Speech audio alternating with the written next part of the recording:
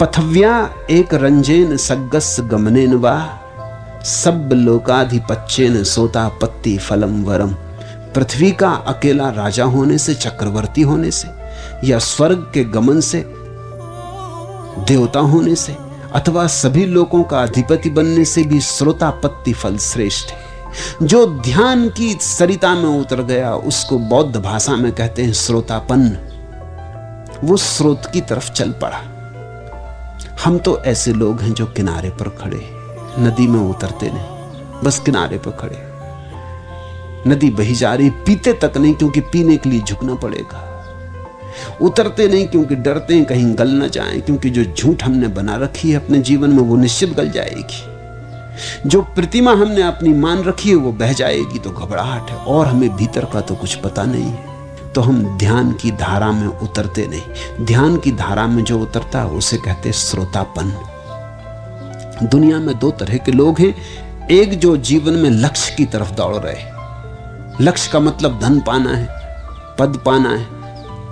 श्रोतापन्न दूसरे तरह के लोग हैं जो स्रोत की तरफ जा रहे, जो लक्ष्य की तरफ नहीं जा रहे, जिनकी सारी खोज यह है कि हम आए कहां से, उस मूल स्रोत को पकड़ लेना। उसे पकड़ लिया तो सब पकड़ लिया, क्योंकि जहां से हम आए अंततः वहीं जाना है।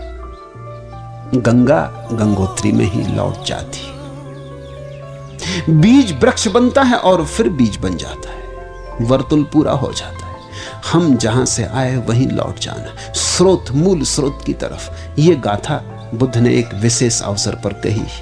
ये सारे अवसर बड़े प्यारे हैं, इसलिए मैं कह रहा हूं। एक बड़ा दानी था, उसका नाम था अनाथ पिंडक। वो अनाथों का बड़ा सहारा था, देता लोगों को, दिल खोल के देता। उसके घर काल नाम का एक पुत्र था। अनाथ पिंडक बुद्ध को सुनने जाता है, लेकिन काल कभी बुद्ध को सुनने ना जाता था। काल शब्द भी बड़ा अच्छा। अनाथ पिंडक का मतलब होता है देने वाला, दान देने वाला। अनाथों को सनाथ कर दे जो। और काल का अर्थ होता है समय या मौत। न तो समय बुद्ध को सुनने जाना चाहता और न मौत, क्योंकि दोनों बुद्ध से डरते। समय तो क्षणभंगुर है, शाश्वत के पास जाने में घबराता है, और मौत भी जीवंत के सामने जाने में घबराती। तुम तो मौत के सामने जाने में घबराते हो, बुद्ध पुरुष के सामने मौत आने में घबराती। ये तो प्रतीक हुए नाम के। बाप लेकिन चाहता था कि बेटा जाए, बुद्ध को सुने, लेकिन बेटा सुनता नहीं था। तो बाप ने कहा ऐसा कर, मैं तुझे 100 स्वर्ण मुद्राएं दूंगा अगर तू बुद्ध के वचन सुनने जाए। इस लोभ में वो गया। तुम ख्याल रखना, पहली दफे जब तुम धर्म की तरफ आते हो तो लोभ में ही आते हो। लोभ किसी तरह का हो कि चलो मन को थोड़ी शांति मिलेगी, अशांति से छुटकारा होगा, कि थोड़ा आत्मविश्वास बढ़ेगा, कि जीवन में सफलता शायद इस तरह से मिल जाए, कि दुकान तो चलती नहीं, शायद ध्यान करने से चल जाए, क्योंकि लोग कहते हैं कि ध्यान करने से तो परम धन मिलता है, तो ये तो छोटा मोटा धन है, ये तो मिल ही जाएगा। ऐसी हजार की बीमार रहती तब ये शायद ध्यान करने से ठीक हो जाए। कि पति पत्नी की बनती नहीं तो सोचते हैं चलो ध्यान कर लें, शायद बनने लगे। कुछ ऐसे लोभ से आदमी आता है।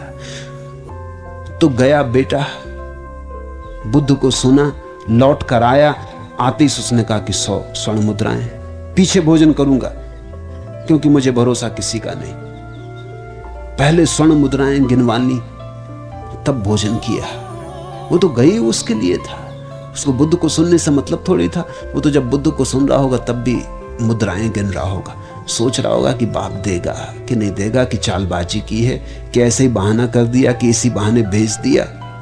दूसरे दिन बाप ने कहा कि अब 1000 स्वर्ण मुद्राएं दूंगा, लेकिन शर्त एक है कि सुनना काफी नहीं, जो सुनो उसे याद भी रखना और मेरे सामने आके दोहराना। 1000 स्वर्ण मुद्राएं। तो बेटा गया, लेकिन वहां जाके डुबकी खा गया। वो याद रखने में गड़बड़ हो गई।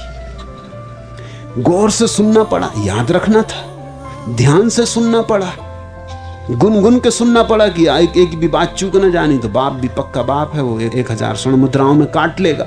इतना याद नहीं रहा। इतने गौर से सुना, ध्यान से सुना, भूल ही गया स्वर्ण